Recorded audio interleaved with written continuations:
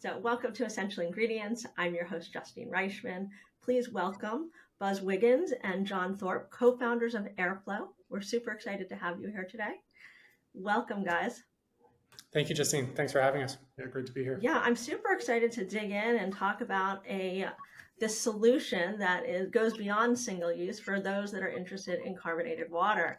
So before we get going, for those that could not see that because they're not watching the video, can you talk a little bit about what Aerflo is so that as we dig in, people know what we're talking about?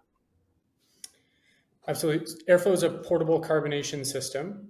So as we developed it over the years, we wanted to design something that goes with you on the go and that allows you to turn still to sparkling in 5 seconds wherever you are with any source of water. Yeah, Awesome. That's a perfect intro. Is there anything you want to add? Yeah, I want to say in as sustainable a way as possible, which I think has been a huge goal of our company from day one. I think that there's, we love the way that your company intersects with both better for the individual and better for the planet. And the other thing that I just want to say is I found, and tell me if I'm wrong on this, but I was able to control just how fizzy I wanted it. Yeah, exactly. Very much by design. I think we've got a couple of firsts there. One is custom carbonation, we call it. So you control to your preference. I think the other thing that we really love about it is the ability to resparkle something if it's lost a little bit of fizziness, but also to preserve bubbles. So you've made something to your liking, you drink half a bottle, tap the button, it will keep it that bubbly for the entire day. It's really cool. Yeah, I think it's great. So, before we get going and we dig into sort of, how you built this and everything, I'd love to hear the story behind it. What inspired Aerflo? I can start and I'll let John talk about the true inspiration. But for me, it was John putting meetings on my calendar. I was taking a little time off after a job. I wanted to take like a year or so and just kind of sit back. I was really at this crossroads of what do I want to do next. John, I think, caught wind of that and was like, I know what you're doing next. You're going to work with me on a bottle project. And I think annoyingly would just show up to my apartment and ring the doorbell and I wouldn't even know he was coming. And he's like, all right, we're going to talk about water bottles today. But I think, John, you can share a little bit more about maybe the origin. Yeah, and I mean, I'd show up at Buzz's apartment and be like, what are you doing here? And be like, Buzz, I sent a meeting invite. It's on your calendar. Like, we're here to talk about work. But yeah, Buzz and I have been friends for well over a decade now, and we were sitting down in those early meetings to talk about starting something together. And we built a checklist of like, if we're going to do something together, these are the things that are most important to us. And one of I think the top thing on that list was we both felt very strongly in designing a model where we felt in our own way that just by earning that next dollar of revenue, this business was making the world a better place. That was paramount to us. And so as we kind of talked off of that checklist and worked through, okay, what are some things around us that we're finding interesting, we noticed the incredible rise in popularity of sparkling water. So quickly became the number one growing beverage in the US. So we said, okay, people are passionate about sparkling water, spending a lot of money for sparkling water. And as we look at the ways that they're getting it now, single use or countertop systems largely, there are a lot of limitations there in both of those. So I think very clear on the environmental side, on single use, and the containers and so on. I think one thing that doesn't get talked about a lot is that you're also shipping water all over the place, which doesn't make a huge amount of sense, at least in the US. And then on the countertop system side, most definitely not portable. And as we looked at trends, people really want convenience and portability when they're consuming sparkling water. And then some really strong kind of pain points on the refill process. So then we took a step back and said, okay, if we're going to design a new way, what is another trend that we're noticing around us that we think could be helpful for this? And we quickly kind of looked around and saw almost overnight our whole peer group are carrying around reusable bottles. And I think very importantly, people are passionate about that bottle, so they take it with them everywhere. And I'm curious, so did you guys, it's clear that you guys had a passion around doing something that was better for you and better for the planet. Are you also passionate about sparkling water in particular? I was not. John was. I very much am now. Okay. I'm fully 100% addicted to sparkling water. Yeah, growing up, it was kind of my father had a soda siphon and eventually countertop systems over the years. And to me, it was always kind of a magic corner where it still turned to sparkling. And so I grew up with sparkling water. I loved it.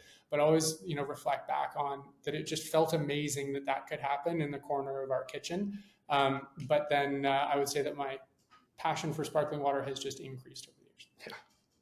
So you connected your personal passion with your passion for doing better in the world. Exactly.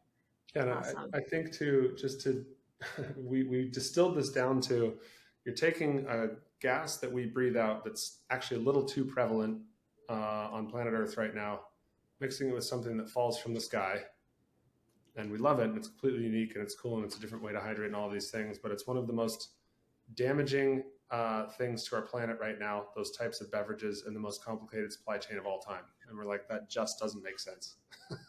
How can we make that? How can we make that a lot easier to get the end consumer what they're actually asking for? Yeah, no, I think that makes a lot of sense. So I'm curious, when you guys came together, Buzz, you had just left a job or you had a startup before. What was I guess what I'm getting at is this both of yours first startup? This is my second startup. I had a job in between them. I had left, and again was taking a little me time. I worked in advertising, and I really hated it. I really wanted to do something else. I have to say, I appreciate how you said you had a job in between your two startups. Like, your startups aren't jobs. Startups are not a job. No, they're not. I mean, I'm with you, but I just think it's, just to acknowledge that. I just thought that was the way that you said it was really lovely. I had never even thought of it like that, but you're exactly correct. My mind completely disassociates startup from job. It's pretty funny. And how about you, John? So my background was in alternative investing and worked for a venture fund. And then I ended up working for one of the companies that we had invested in and led a division of that company. So wasn't a founder, but worked on that and led that business from the very early days. So I had a lot of experience in the growing pains and experience of growing a company from the young days. Right. So, and I'm curious, Buzz, when you had your other startup, were you a solo founder or did you also have a co-founder? I had two co-founders, actually. Okay. That was started the company in 2009. We were very young. It was a really nice lesson in scale, which we had none of.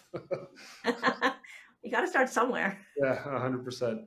I think a lot of people, would think, man, if you started one company and you went through what I went through in the first one, how on earth did you ever think of doing this again? It was just ended up being a really great learning experience over a few years. Got to the point of releasing a product. We had a lot of great feedback in the marketplace, and ultimately ran out of money on the 1-inch line. Right. But So you both come from a little bit, you've both been in this world. You've had a startup before, Buzz. You haven't, John, but you've worked for and in and around that space.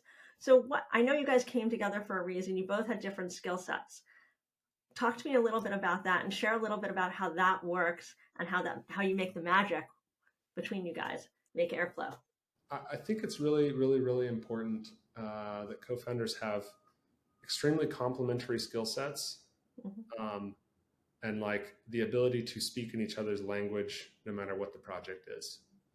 And I'll say of John, I find a co-founder that complements my complete lack of organization and ability to hone something into an actual message or product. I just find someone who's able to come in and say, that's all fantastic. I built out something to organize the way that we're doing this. I put a couple of deadlines against it that I need to hold you to. And then ultimately, when it comes time for handoff, I'm going to go handle some of the customer comms and some of the back and forth with the supplier. You're going to handle some of the creative side. It's amazingly refreshing to have a partner in John that is the hardest working person I know. I think hilariously, he's a morning guy. I'm a night guy. I think we cover 22 hours of every day with our sleep cycles. And I would say to anyone, if you can find somebody who's able to allow you to be you and help you get the most output out of yourself, it's the best partner you could possibly find. I'm sure, John, you have some stuff to add there, but.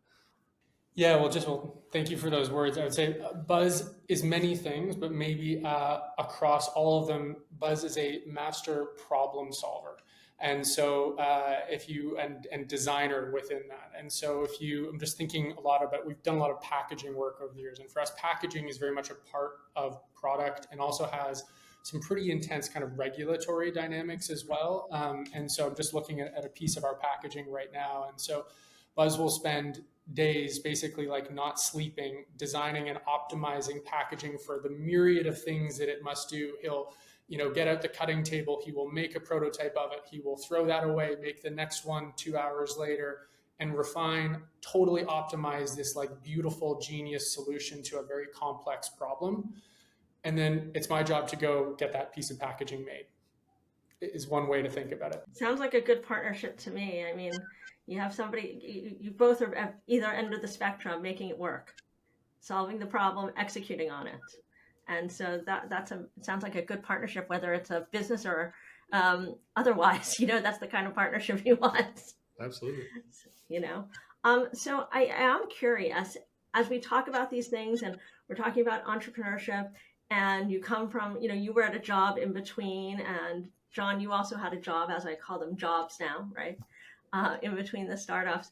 What would you say, what made you decide to come to this point to now say, we want to start another business? I don't want another job.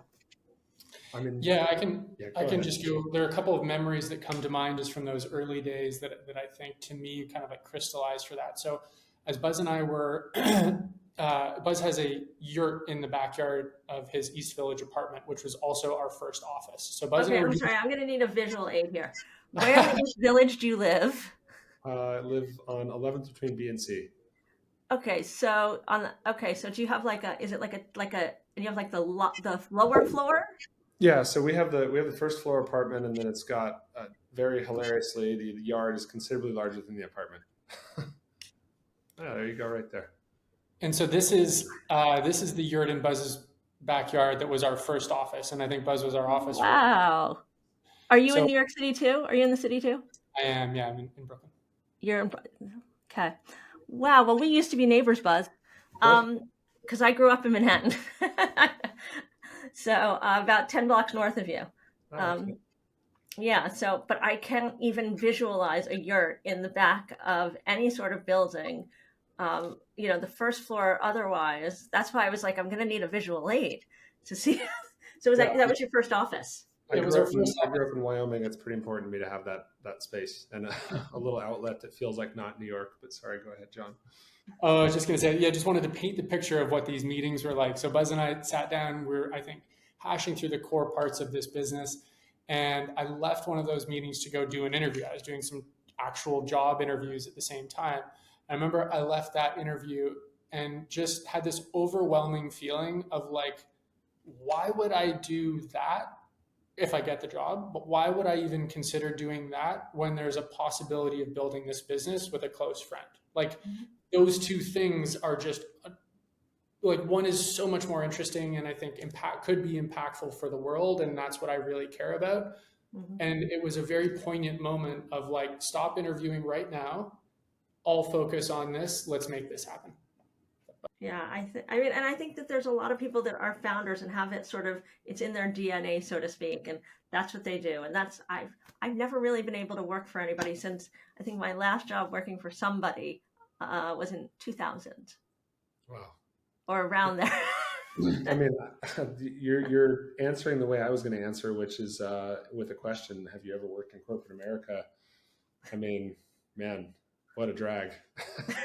Just brutal. I at the time I was working so Verizon had bought Yahoo and AOL, mm-hmm. and I worked at Tumblr, and I was running monetization there. I think that might have been at the time on planet Earth the hardest job in advertising, period, full stop. And then you can imagine, I think very publicly you could see what happened with the mashup of Yahoo and AOL, and they had no idea what to do with Tumblr. And oh man, getting out of that was the easiest decision of my life. It was like never again.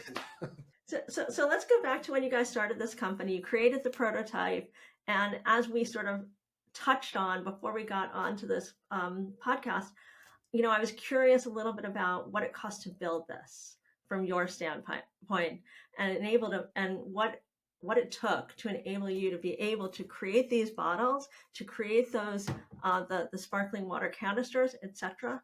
Because it looks very expensive. So I'd love to learn and share with our listeners a little bit about what that process is, because to me it looks like it would cost a lot. It'd be really hard as a startup. You might have to raise money, which is not a deal breaker, of course. It's just I'm curious how you guys experienced that and what your thought process was for it. Yeah, I can start, John. I'll let you fill in here a little bit, but I think expense comes in a number of forms. Mm-hmm. We can talk about straight up cost. So we raised 8 figures and spent a lot of it with $0 in revenue. So that should give you some indication of what it costs to get this thing going. But each of those things that we talk about, so if we talk about our bottle, we talk about the actual device, we talk about a capsule. So they're all separate projects that all have their ups and downs. And I think one of the biggest costs is the emotional failure of ordering a bunch of prototypes, getting them on shore, and nothing works, and you're back to the drawing board. So prototype number 1, we built in the kitchen over like 2 days. It was bike pump, bike parts that we cut out of a tube, this little piece of brass going into a bottle. I learned after the second trial that we needed a pressure relief valve in a fairly, we'll call it explosive way. It's a little thing sticking in my ceiling at my old apartment. And we thought, wow, this thing worked. It actually made sparkling water. We were able to get 5 bottles out of one little cartridge. We were like, oh my God, there's a company here. This is so easy. It was 2.5 years and 4 prototype complete failures later that we had the next working one. Yeah, I'll speak maybe about, so Buzz covered off a lot on the kind of product development side. So the carbonation device, capsules, and bottle, each of which have been their own journey with rounds and rounds of prototyping, lessons learned. And then also through that, it wasn't just about getting it to be able to be made, but also then, or to work, but also to be able to be made at scale, right? So that's like a whole part of it as well, and be made in a cost structure that works and so on. So that was one whole, set of journeys. And I think the other one was we had this kind of decision to make in the early days of, do we go single-use cartridges, like millions of them are available and so on, or do we go refillable? And to us, the decision was clear. It was almost not even a choice, but this must be refillable. You can't tell a story about moving beyond single-use if you're using single-use cartridges. Mm-hmm. So we're like, okay, great. We're going to make refillable capsules. Okay, let's go find someone to refill them for us. So did this whole sprint to try and find basically like a 3PL equivalent for gas filling, found one company, and then they hung up the phone on our first call. So we're like, okay, so the answer here is that we need to build a refill facility. And so then that was its own journey. And just maybe sometimes I think visuals are helpful for this, but just to kind of paint a picture of where that led us. First, it led us to a process flow diagram of what needs to happen at each individual step of a capsule coming back from a customer, getting cleaned, inspected, purged, refilled, and then going out to the next customer. But it led us to find a facility in New Jersey, commission, design all of this custom refill equipment, have that installed, do a build out of a clean room around it, learn what all of those things were. Buzz built out this whole facility in Minecraft so we could do a walkthrough before we took it to an architect and so on. And so to go from 0 to 1 on the facility and refilling side was definitely a totally separate but very interrelated journey with the product development piece. Wow, that's amazing. That looks amazing too. And to be able to have done that and figured out that and solved that problem. So you're solving multiple problems here. Is there a world where that a multi-use carbonation can be used or sold to other people and partnered with other kinds of companies? And if this is not something you want to talk about, I'm totally happy to skip it. Absolutely. John and I talk about earning the right to get to do that. That is definitely the plan, right? We're getting everyone to sign on to us going and building that refill facility, saying, we're going to break ground in 2021 and we're going to make our first dollar in the end of 2024. Also, we need like $5 million to do that. That's you got to have a pretty compelling reason as to why people are going to want to invest in that. Mm-hmm. Ultimately, what we feel we've made in the capsule is a new way to deliver small scale compressed gases. Mm-hmm. Spinning up another one of our facilities to do more CO2 or another gas at this point is now trivial. And what that really does for our business is it removes the entire single-use supply chain from needing to really exist to drive a product forward, and it increases the margins on the businesses that utilize those projects. We're talking like 3, 4, 5x increase in margin. So it's pretty easy for us to sell that. And we had a lot of faith that we could go and actually execute that. I think, something John touched on there, building the thing in Minecraft and showing that to people. I'm amazed that people didn't just sprint out of the room. They're like, wow, that's really scrappy. And that's a great way to plan this out before a real expert comes and gets involved. And like, it's just the way that we thought of, if we're going to go deliver this plan to someone, what is the absolute best way that we can make sure that we are 100% sure that this is the thing we want to build, right? And I say this all the time. If you're holding one of our capsules, if you're holding the first one, you're holding probably a couple $1 million. If you're holding the next one, you're holding like $1.50. So it's kind of the way we always think about the way you deliver that message to those who are helping you along with funding. Well, I think one, thought, and maybe John, you can chime in here because of your background, but I think that oftentimes investors are investing in the founders, right? And they want to see founders that are scrappy, that, are scrappy before they're strategic in order to be strategic even sometimes, right? And very willing to get their hands dirty and do things themselves. And so from my perspective, I think, showing something through Minecraft is really very smart. I mean, it shows creativity, it shows ingenuity, it shows your ability to think out of the box. I mean, I could go on. I think that sometimes people get a little scared of doing things that are a little different, or they think there's one narrative in their head. So I don't know if you guys have any thoughts on that, but that was, what came to mind as you were talking about this. Yeah, I mean, it's a theme from our company from the very get-go. So we started this in 2019. We didn't really go full time until February of 2020. And I think we all know where the world went starting towards the end of February 2020. And suddenly we're sitting in this world where we're trying to get this company off the ground. Supply chain has just been completely, absolutely crushed. You can't go visit people in person. I can't go to a machine shop and say, I want a part built.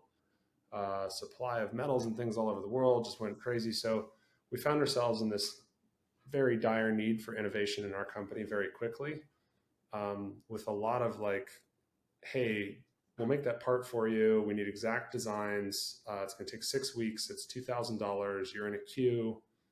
And I remember the conversation that John and I had where I said, honestly, I truly think we could buy our own metal lathe, buy our own stock, and make that part ourselves faster and cheaper than that timeline without ever having touched a metal lathe in our lives. Like, we're going to learn how to use it on YouTube and maybe have a friend come over that's done this a little bit before. And we saw how effective that was. We actually did that. That actually worked really, really, really well for us.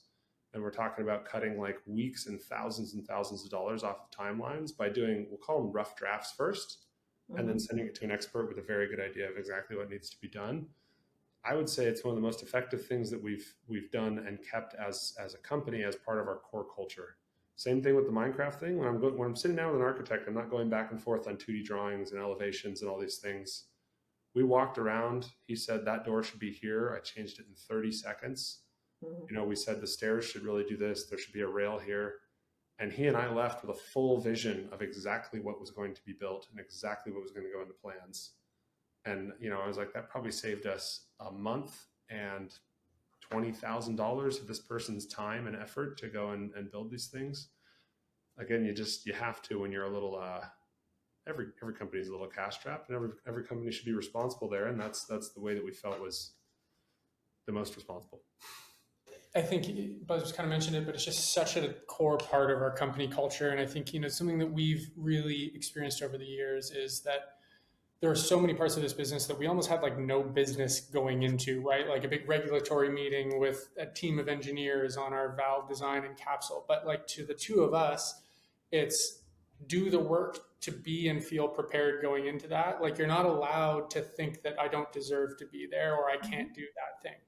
But at the same time, so there's this kind of, and this is how we've tried to approach a lot of these things, is is be ready to do it yourself, as take it as far as you can go, learn as quickly as you can, but at the same time have the humility to be like, I think I've taken this as far as I can and really need, some expert guidance. So there's this duality of like, be ready to do it, be ready to learn along the way, make a few mistakes and get as far as you can, but then also having that humility at the same time.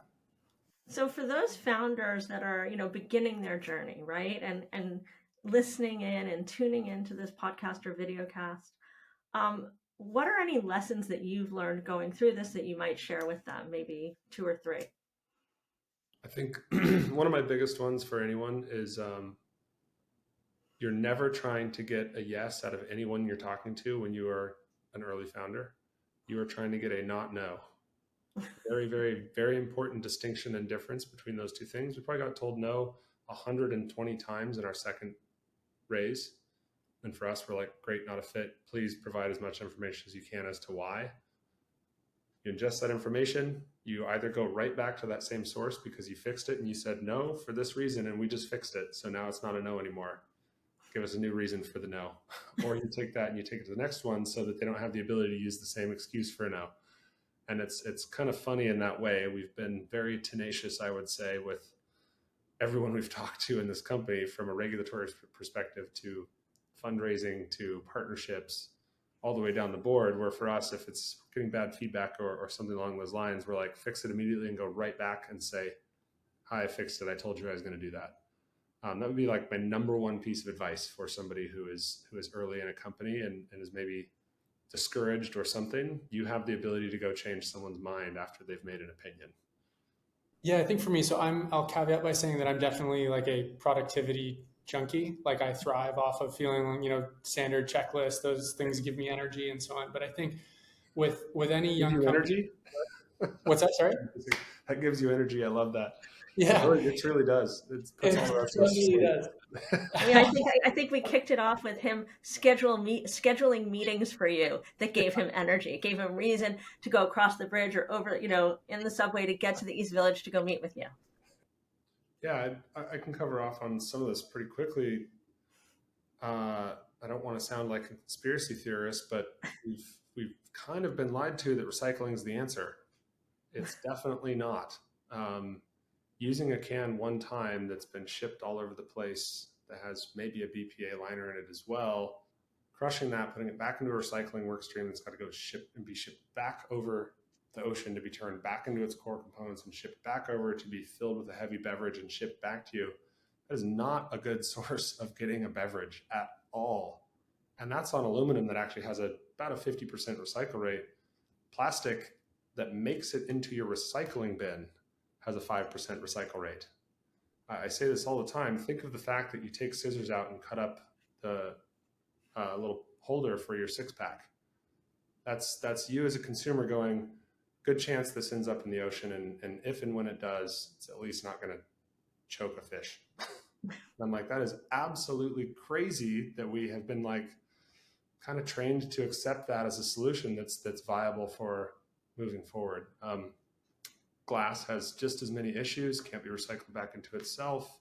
The carbon cost to make a glass bottle far outweighs its use as a container in terms of being reusable or any of those things. So we just look at those things as supply chain. That's on kind of the global scale, right? That's where we think about, putting things on a USPS truck rather than even using a different shipping partner because it's a truck that's already on a route. So your additional carbon is the weight that adds onto the truck rather than a point of origin for a truck. So we're trying to think through of all of that for a user. It's not ever going to be with this company, point the finger at the end and say, if you didn't recycle it, shame on you. Right. It's, we thought of it. Here's the impact you've had over a year. Are you drinking 2.5 cans a day? That's 1,000 cans per year that you are taking out of that entire waste stream. So really, I think there's a really great offset when we talk about waste and single use and plastic and all of those things that we think are awful. And then all of that comes with a giant carbon footprint as well that we are greatly reducing and minimizing by doing this the way we do it. Yeah, I think there are a couple of quick things that come to mind, are just like how often I visualize this. So one of our capsules will make the equivalent of about 6 cans of sparkling water. So when you just like think about that's what this is making or offsetting, that means those 6 cans don't need to be made, shipped all over the place with water in them, and then potentially recycled. The best stats we've seen, I think, from the EPA is about 50% are recycled. And as Buzz mentioned, that's not the answer to this question. Right. So that's one part of it, is thinking about like what this offsets. And then I think the second part, and maybe just switching a little bit from sustainability into wellness, is, and I think there have been some really alarming reports over the last 8 months or so of other things that are in, especially sparkling water, so PFAS in particular. And so to us, what we're focused on is that this solution puts the control for end customers in their hands of the water that they're drinking. We've done so much compliance testing on all of our piece parts to facilitate that. But at the end of the day, our consumers are in control of what they're drinking. For those that are interested in trying the product, where might they find it? Is there anything special for our guests that we can let them know? Yeah, it's available for purchase at aerflo.co. And then if you use the code Essential10 at the end, it'll give you 10% off. So really excited to connect with your community, and thanks again for having us today. Yeah, so great to have you guys. Thanks for sharing. I appreciate seeing your first office, the yurt, as well. Very inspiring for other entrepreneurs, whether they're in the middle of New York City or in Wyoming, right? Anything can be your office. So thanks again, guys. And for those that are tuning in today, don't forget, if you are watching the video cast here on YouTube, you can also listen wherever you listen to your podcasts on iHeartRadio, iTunes, Spotify, etc., under Essential Ingredients. Thanks again and have a great day.